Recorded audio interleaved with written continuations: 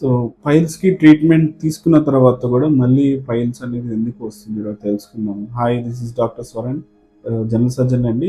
Consultant at Sunrise hospital, Hayat Nagar. So చాలా మందికి అపోహ ఉంటది. సో పైల్స్‌కి ట్రీట్మెంట్ తీసుకుంటే సో మళ్ళీ రాదు, లేదా మళ్ళీ వచ్చే అవకాశం, లేదా మళ్ళా పునరావృతం అయ్యే అవకాశం ఉండదు అనుకుంటారు. సో బేస్డ్ ఆన్ సర్జరీ, అంటే మనం ఏ ట్రీట్మెంట్ తీసుకుందాం అనేది బట్టి ఉంటది.